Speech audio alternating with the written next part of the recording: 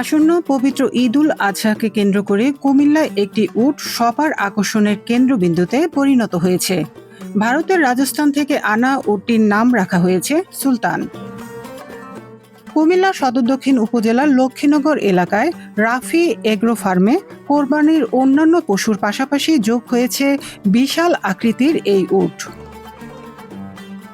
9 foot উচ্চতা এবং লম্বায় 15 ফুটের এই উটের ওজন প্রায় 850 কেজি।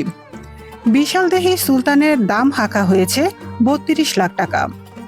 এটিকে দেখতে প্রতিদিনই মানুষ আসছেন জেলার বিভিন্ন প্রান্ত থেকে। আসলে খুব ভালো লাগছে। আমি আসলে জীবনের সেকেন্ড টাইম কুমিল্লাতে উট দেখলাম। আমি ছোটবেলায় থাকতে একবার কুমিল্লাতে এলাকাতে একবার একটা উট আসছিল, আর এই সেকেন্ড টাইম আসলে উট দেখলাম। খুব ভালো লাগছে। অবশ্যই আনন্দ তো দিচ্ছে, একটা ব্যতিক্রমী একটা প্রাণী, আমাদের দেশে তো আর এটা সচরাচর দেখা যায় না। জনগণের আইসিয়া দেখে মনে করেন যে উপভোগ করে, এটাই একটা আনন্দ আর কি। আমরা কুমিল্লার মানুষ হিসেবে গর্বিত যে একটা উট আসছে কুমিল্লায়। 2 মাস আগে ভারতের রাজস্থান থেকে এই উট এনেছিলেন শৌখিন খামারি জুয়েল আহমেদ।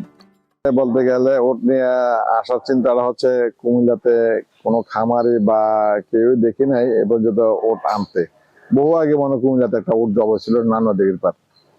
তো সেক্ষেত্রে আমার একটা ইচ্ছা ছিল যে যেহেতু আমার একটা খামার আছে আর সবকিছু রাখলাম, গয়াল আছে, মহিষ আছে, এর আগেও গয়াল ছিল, বড় বলদ ছিল, সবকিছু মিলে আছে। এবার একটা চিন্তা ভাবনা করলাম যে মহিষ, গয়াল, ওট একটা রেখে দেখি কি করা যায়, যে কুমিল্লারও তো একটা নাম আছে, ওটটা দিয়ে দেখি না কুমিল্লার একটা নাম হয় কিনা, যে কুমিল্লাতেই সর্বপ্রথম ওট।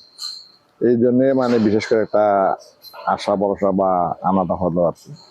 তো ওটা হচ্ছে রাজস্থান থেকে আনা হয়েছে, আর এটা আনা হয়েছে ঢাকাতে। ঢাকা থেকে আমি আনছি, ঢাকার বাইরে ওদিক থেকে আমি আবার আনছি আমার লোক মারফতে।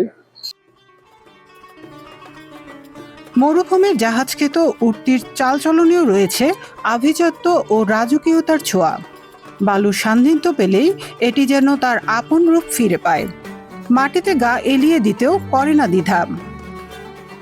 খাদ্য হিসেবে এই উটকে খাওয়ানো হচ্ছে ছোলা, গম, গমের ভুসি, সাদা মটর এবং মটরের ছোলার মিশ্রণ, যার দৈনিক ব্যয় 1500 টাকা।